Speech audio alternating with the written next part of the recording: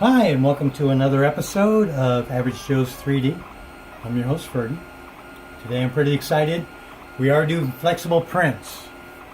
I mean, the most exotic thing I've done previously is Ultra PLA. I thought that was pretty crazy.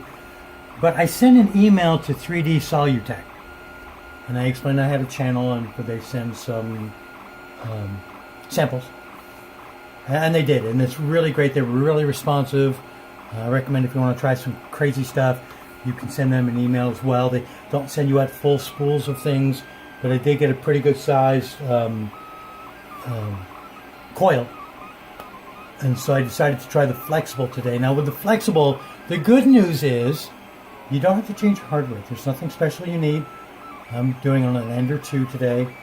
The only thing crazy I have on the Ender 2 is I do have a Capricorn Bowden tube, but I'm using the same nozzle as I would use for PLA. All the settings are going to be in your slicer. So let's talk about your slicer. Now the first thing you want to do is make sure you don't use rafts or supports, because this is flexible printing. It will become a permanent part of the print and you'll have to cut it off with a razor blade. So we definitely want to avoid that. And you're also going to want to increase your multiplier. I use a 0.9 usually. Today I'm using a 1.1.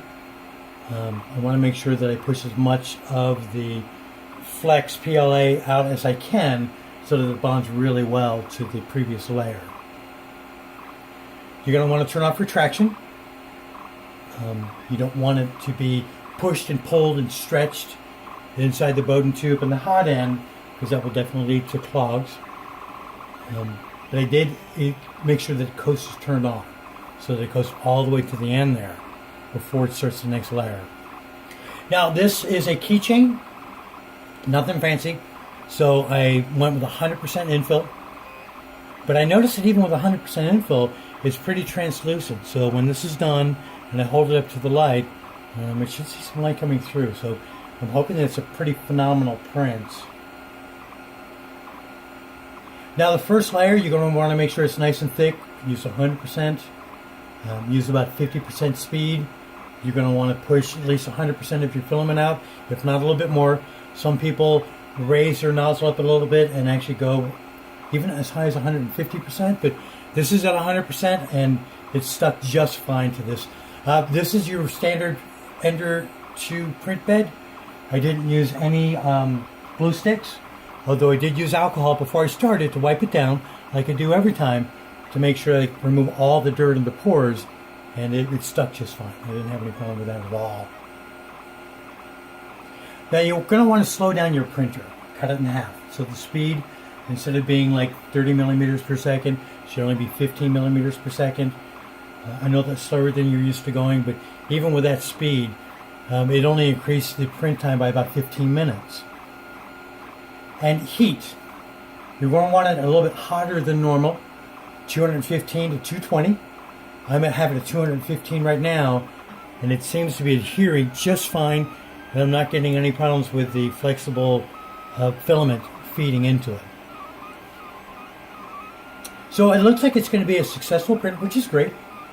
I definitely want to branch out and try some opaques and some translucents and some other PLA, but flexible was definitely first.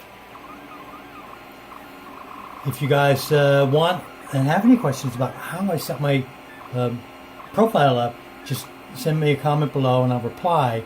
I do recommend that once you make a change to your slicer program, you save that as a flexible profile, and that way when you want to switch back and forth between standard PLA and flexible PLA, you don't have to go through and make all the changes individually. So, or forget to change them back. It's even worse. As always, go ahead and subscribe below. The more you subscribe, the more we can do on the channel. We definitely want to have fun and learn a lot from the different ways that you can use your 3D printer. It's probably the most versatile thing that I've ever bought. I'm definitely having a lot of fun with it still. I want to thank you for coming to Joe's 3D today, and you have a great day.